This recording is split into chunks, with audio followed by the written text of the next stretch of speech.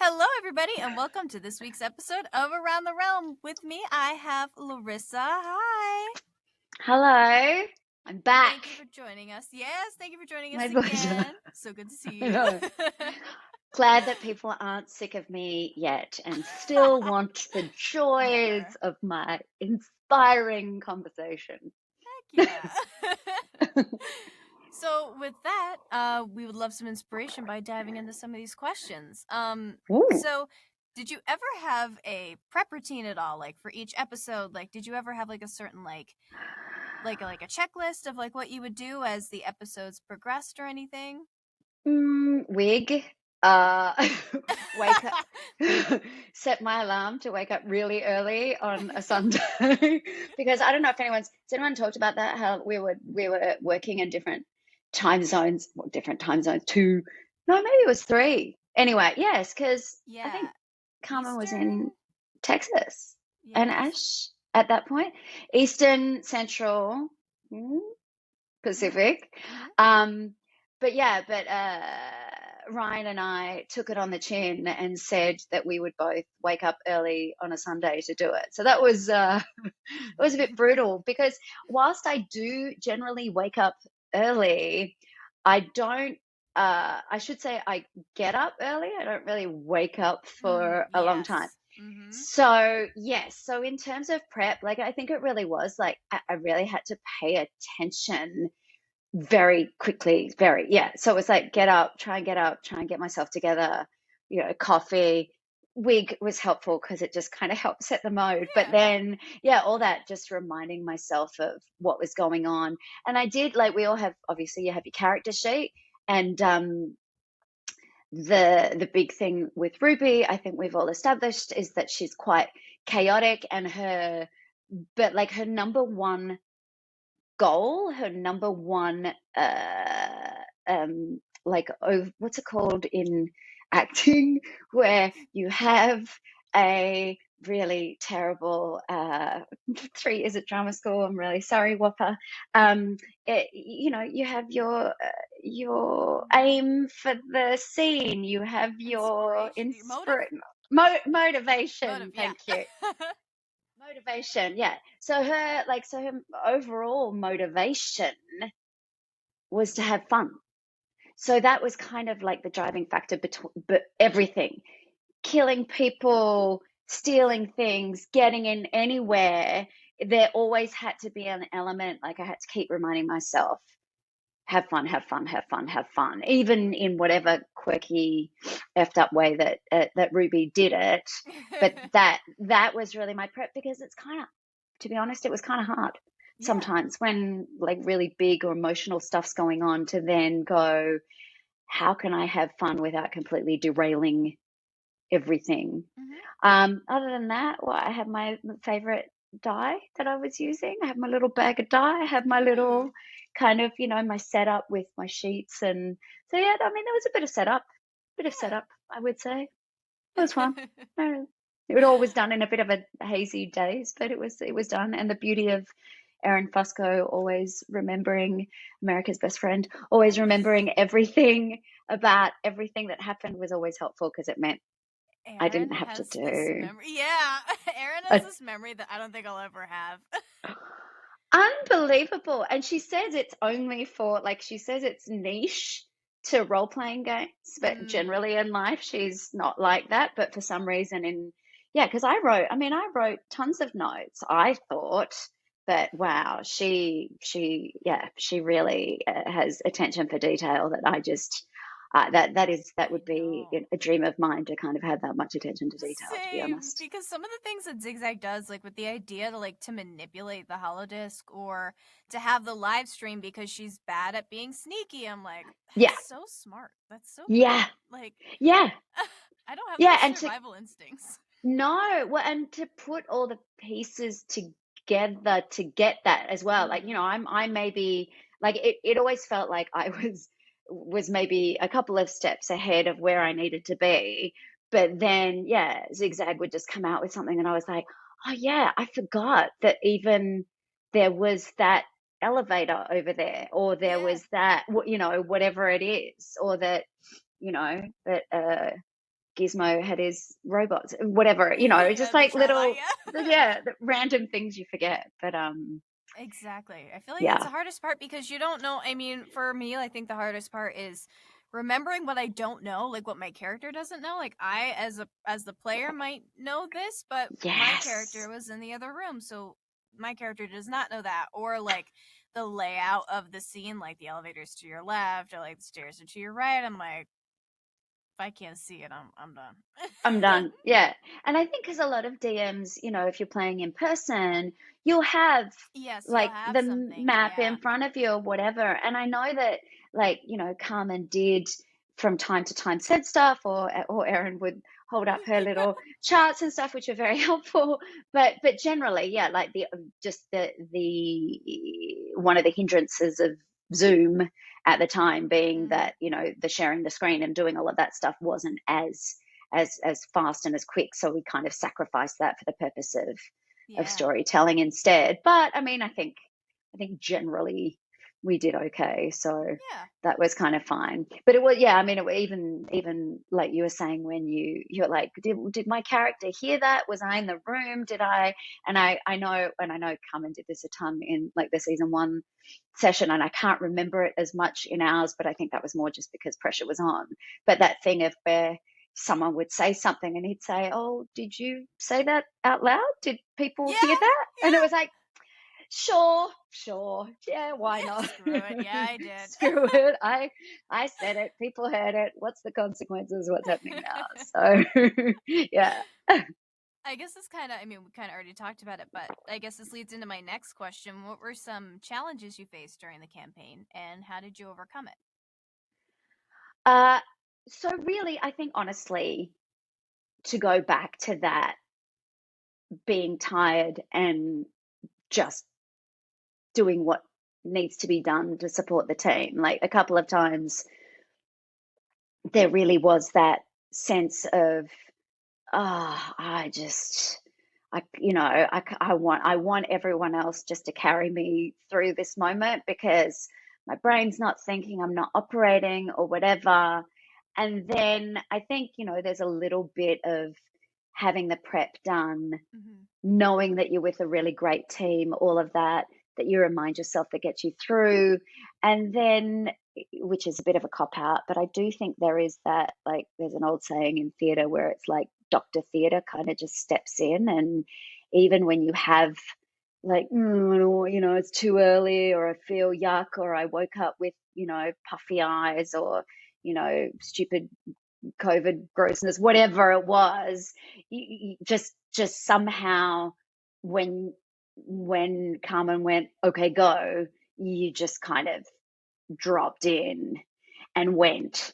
So yeah, so there was that a little bit. There was that, like, that. I mean, it is a struggle remembering stuff and knowing, relying on Erin a little bit every now and then, and not wanting to too much, but every now and then just going, "Oh, I'm so sorry, I Yeah. forgot. How do I roll for dexterity? Mm-hmm. Or what's my, is that even a skill? Is that even in this game? Can we even do that in this game? Is that a Mm-hmm. skill that exists in this game?" So again, prep, Mm-hmm. remembering, going through all those sheets. I really did have to go through all those character sheets every time before we started. Um, I'm just trying to think what else there was. There wasn't really much else, again, because everyone was just really great Yeah, just at having fun. and having fun. So even when it felt like things were maybe going off track or whatever, it was just such a supportive environment that you just Mm-hmm. kind of trusted that if you just kept falling, that the net would be there eventually, Yeah. and we'd find our way out.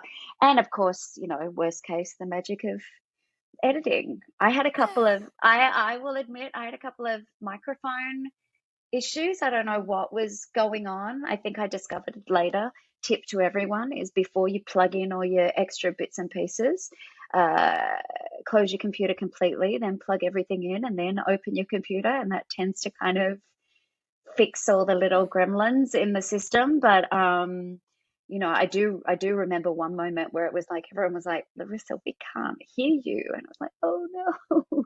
So yeah, I mean, I think that's the other thing, is that when you're doing stuff that is going to be for presentation, you Mhm. really have to have all that stuff Yeah. good. I was talking to Ryan, I think, about this, but Ryan was saying similar things because I think this was his first time. I don't want to say playing tabletop, but definitely with Cyberpunk. And I was just Right. telling him that it feels more special, or like that I'm kind of at the table with you all, as opposed to like watching other D&D or like any tabletop games where I see people knowing what to do. I feel kind of shut out, where it's like I don't feel Interesting. like I'm at the table because they know what to do. They're like really quick, quick, boop, boop, boop, boop. But when you guys stop and you're all helping each other, it feels more welcoming in a sense. Like, so, everybody was so nervous about that. They were like, oh man, I messed up at this. Oh man, I messed up at that. And I had to ask him. But it makes it feel a lot more, it makes it feel like, Real. yeah, like more real. Yeah. Yeah. And it more Yeah. of like the listener is a part of, like, at the table Yeah. learning with Actually, you guys. that's really cool that you say that, because I think that is a trap that generally in life that we fall into, and especially with games, or so much is that when you do something so often, you go back and you rely on old tricks and stuff that you've done before, Hmm. or oh, I don't know what to do here, or so I could just do that move. That the benefits of experience can really play into giving giving a much more polished performance. Hmm. And yet at the same time, there is that element of, if something's new and a little bit scary, the energy that lives in that world draws the viewer in. It and by Yeah. the viewer I mean the other players, even if Hmm. no one's watching except for the people in your group. But because everyone's a little bit on edge, that nervous energy kind of tends to bubble and lift the whole game along. And so obviously the perfect balance would be to get a little bit of polish and a little bit of bubble all moving at the same time. But at the very least, yeah, like with this game, it did feel like no one had, oh, I'm just going to pull out the character in my back pocket that I always play, Yeah. because everyone was new and everyone was really trying to come up with their world at the same time. Yeah. It made it feel real special. So, Exactly. yeah, well, I'm glad that came across. I mean, it wasn't intentional, but that's, yeah, the happy accidents of this game. That on top of the fact that I just bow to Mylan for the fact that she made her Sid's head bad, so that way she doesn't have to remember Yeah. things. I'm like, that is such. I'm like, I'm in awe when she said that. I was like, oh, I'm gonna do that for every character now. I Like, know. no character I needs to know. get rid of a good Well, memory. that's true. And even more to her credit, though, because yes, it would be super easy just to go, "Meh, I don't know, my brain doesn't work." But Oops, my she brain. really, yeah, I know. But she did, like you said, she admitted that she did it because she was in the season one. She was like, but in saying that, she she didn't take advantage of it. Exactly. She Yeah. played it properly, Yeah. which was great because it would be easy to like skate on that. Yeah. But And again, sorry, mhm. you go. No, go ahead. Well, I was just going to say again that that's a credit to, like, you know, Carmen bringing together such a great group of people, that Yeah. everyone really stepped up and didn't just go, oh, I can do this, or I've done it Hmm. thousands of times, or, I think I'm great, or whatever it is. Everyone Yeah. just really came in fresh and new and wanting to do the best they could, even if they had a little couple of tricks up their sleeve Hmm. to mitigate potential potential performance disasters, shall we say.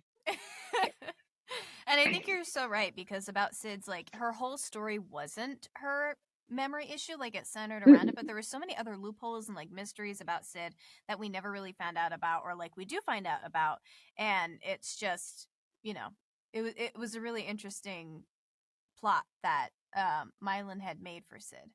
Yeah, and I would go uh, so far as to say, I think it would have been an interesting exercise, like if this was something that was like, oh, let's, put on a, I'm talking about theatre a lot for some reason, but like theatre show, or like something that was going to be long going extended universe of this, like for Mylan and I as Sid and Ruby to just kind of sit around and go, what do you think life was like for them back when they were working, you Yeah. know, Yeah. together all those years. Because we really never, because that was kind of like the nature of what we just decided, oh, in gameplay was, oh, they knew each other because they worked together. We just kind of made that up, but skated over the details.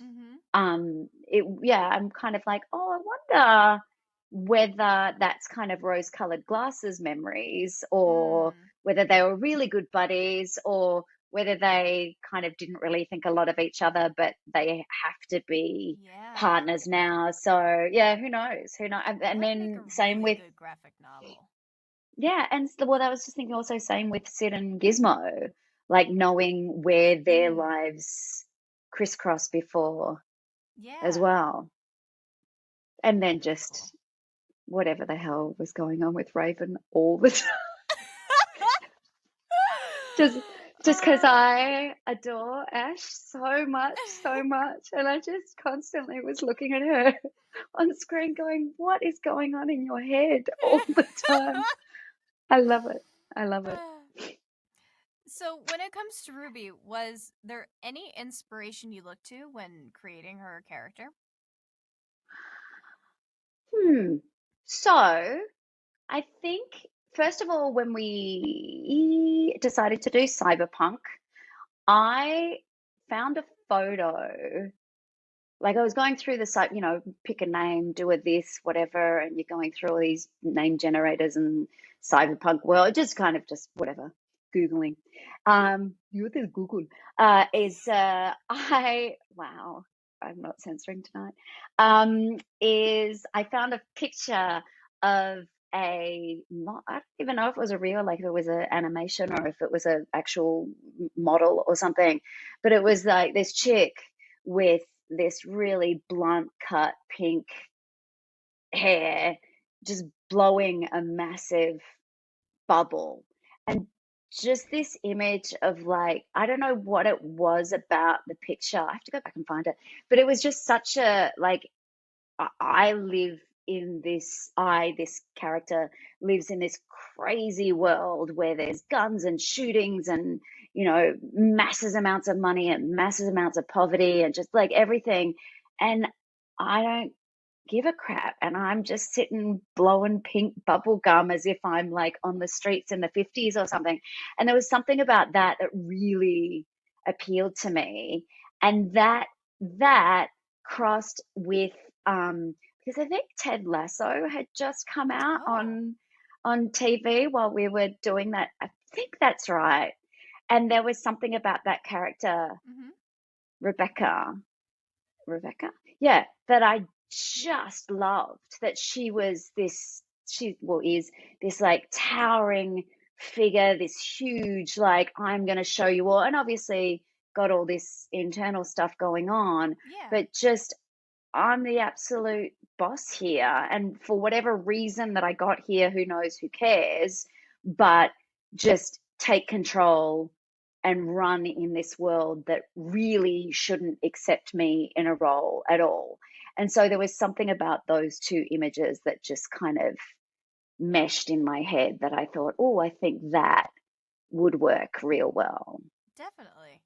And then, so that was the origin of the pink wig, because I really just kind of was like, oh, I want to be that too so much. But no bubble gum, because chewing gum is gross on camera. So, Yeah. well, in a microphone anyway, at least. Yeah, yeah, especially close to a microphone. Eh. Yes, exactly. I'm getting really washed out here. Sorry. No, you're all good. Lighting, makeup. There we go. Hello. So I asked, I guess this would be a tricky question. So like for Mylan, I asked what would her favorite meal be and what would Sid's favorite meal be. Shrimp, Oh, obviously. It was shrimp. not shrimp. Good, It wasn't good. shrimp. Thank I you. can't It remember what it was, wasn't. but it Yay. wasn't. Yay. So I guess kind of relating to Ruby, what is your favorite Vodka. band? No, sorry. Yes, sorry. Sorry, I was not me. That was Ruby. What is your favorite band, and what do you think Ruby's favorite band would be? Oh, wow. I kind of love that you asked this question, because I'm going to tell an irrelevant story, but who cares? I went and saw a band on the weekend for probably like a band at the Viper Room in LA, which Oh, PS, that was like bucket list, which growing up in Australia and hearing all about the Viper Room and blah, blah, blah, and Johnny Depp. And I was like, oh, the coolest thing ever. And I was like, when I get to LA, that's what I'm going to do. And then I never did it. And then it's about to close down and be demolished. And a it friend of is. mine, yes, like in 3 weeks, it got bought out. It's going to be like a big multi-story BS crap. Yeah, so sucky. So go now. Well, by the time you see this, I don't know. Maybe it's closed now. Point being, we recorded this yesterday. Is that went to the Viper Room and saw a band, which I'm not a music person. I don't really Really? have. Yes, I've never been a band girl. I think I grew Nor have up I. doing ballet and then Mm-hmm. did musical theater. And so going to a band or following bands around or had friends who loved it, it just wasn't really my jam. And I remembered saying that, like, kind of going to a venue to see a band for me is just weird, you know. But it was great. I had so much fun. So Knightsbridge, I think they're called, and my new favorite band. Can't see them, um, but uh, but yeah. So I, I I hate to say that I don't know if I could say that I have a favorite band. I get that. It, yeah, except maybe if I said what album did I listen to a ton was probably I like big kind of epic rock stuff. Oh. I get drawn Ooh. to. Mm-hmm. So kind of like Muse, that Muse out one of their albums just I Yeah. played on a loop for ages. And then going back, you're like, you got David Bowie stuff if you want to go Oh, back in okay. time, or Mm-hmm. but just something about that kind of Yeah. like even Elton Johnny, just big Oh, rock I love, yes. opera Mm-hmm. sort of stuff, epic kind of things is what I really like.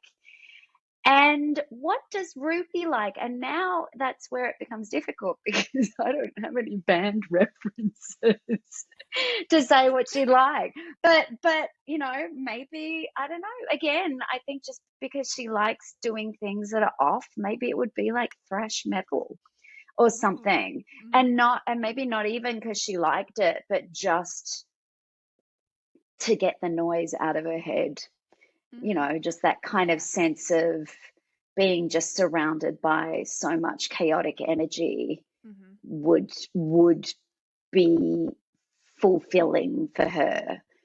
But to name a thrash metal band, viewers, please enlighten me. Yeah, follow comment some. follow me on social, comment on my social media, on Temporary Legends social media. Let us know what thrash metal bands I should be introduced Mm-hmm. to as a beginner in the world of thrash metal. Is it even called thrash metal? Is it called metal? I don't know. Help. Help, help, help a gal out. So last question before we go into our episode recap. What is Yes. something you're most proud of about Night City Stories? Oh, I don't know. I just got a bit teary. Oh. Um, I did. Well, people. What am I most proud of? I think was just that we all came together and made something. And I kind of think that's extraordinary because I think so many people talk about making things or talk Yes. about doing the thing or but no one ever does it. And I mean, not no one, that's a big lie, but very rarely Mm-hmm. do people really do it, Mm-hmm. and for the sake of loving it and loving the people they're with and wanting to be a part of something and connecting with people with an end goal to put something out there. And who knows whether it flies or falls, but ultimately who cares, because I think just making the thing and putting it and yourself out there is far scarier Yeah. than than anything else that you can make up in your head. But then once you've done it, I mean, I never thought I'd do a role playing game on, you know what I mean? Like Yeah. that was never something that I grew up dreaming of doing or thinking would be in my trajectory. But it was, I don't know. I mean, it sounds really dorky, and but it was really pretty magical. It's such like an incredible group of people that I'll never forget, and I don't see how I would, because we still all connect, at least if Yeah. not all the time. But Yeah. I mean, we go out for dinner, so you know what I mean. So Yeah. yeah, I think that's probably what I'm most proud of, that I said yes when it Yeah. would have been so easy to say no. I said Yeah. yes and turned up. Mhm. So that's what I'm most proud of, I I love think. it. Might come up with something later, and I'll do a little epilogue if that's true, but I really do. I think that's it. I love that. Mm, hooray. All right, so now we're going to dive into our episode 14 recap. So, Okay. we left off with Zigzag and Raven discovering this horrifying lab, and they were caught in a pretty intense battle with all of these undead creatures. Ruby was rushing to the 39th floor, and Sid had hacked into some turrets. The Reaper is really pissed off and is fighting hard. Juno and Calypso are still in the pods, but we can't really tell, like, their state as of now. Raven wants to use her laser arm to try and shoot the pods, and just Yeah. does like this whole epic boom and is able to decompressurize it. Juno and Calypso are unconscious, and the robots that were the evil Charlie that were working on them had scurried away, and Raven and Zigzag are able to save Juno and Calypso. The two remaining evil Charlie, however, start to just like buzz and multiply, which is really cool but really annoying. Like really nice when they get to multiply shrimp, but really annoying when they do this whole thing. I tried shrimp, by the way. Oh, I saw that. Big thumbs up. Mm-hmm. Popcorn Big shrimp. thumbs up. Mylan is Nice. very proud. Yes. Well So done. Ruby gets to the end of the hallway, and the Bonova, Novito enforcements are finally here, and for Nova. backup help. Everyone is rushing to get out, and the monsters are fighting each other, and everybody's able to make it to the elevator. There's some nice Huzzah. elevator music as everybody's kind of like, all right, what can we do? Because there are now 12 evil Charlie, and they pile onto the Reaper. Gizmo tries to duplicate the good Charlie, and everybody's trying to defeat the Reaper, but the 12 Charlie are protecting, the 12 evil Charlie are protecting the Reaper. Raven just blasts and blasts the plush Charles that she had on the side, and it explodes the hallway, causing the entire building to shake. Everybody's out of combat. They manage to get in the elevator. Sid gives Juno and Calypso a pill, not the rat poison one that was meant to kill Ruby, Yeah. because that's what you get for leaving Quadara. And some parts of their skin start to turn gray. Ruby wants to contact Callista to see if she can do a scan to see how many people are on the next floor, and there is only one person, which is Jeffrey, and everybody's walking to Jeffrey. Jeffrey. Jeffrey. And asking Jeffrey. where Finnick is. And they demand to be taken to Finnick, and Jeffrey's like, oh, well, I don't know at first, but then our group manages to piss Jeffrey off, causing him to turn into a robot. That's really off. And that's what we. Oh, Yeah. I was wondering because something happens next episode. Mm-hmm. That's our But I last one. couldn't. Yes, but I couldn't remember whether this element of it happened in this episode or next one. I don't But know. it turns out it happens in the next It's the one. next one, so I No, guess you're no, gonna have to find no. out what happens at the end, our last episode of Night City Stories. It comes all together, and boy, is it a twist! Boy, is it an ending! So, thank Hmm. you, Larissa, for coming on Around the Realm again. Thank Being here, you. and Thank thank you for everybody having for me. tuning in. Be sure to like and subscribe, and check out next week's episode. Bye, And everybody. Yes, thrash and metal thrash music metal. Tell us tips, thrash metal while please. you check out our next episode. Yay. Bye. Bye.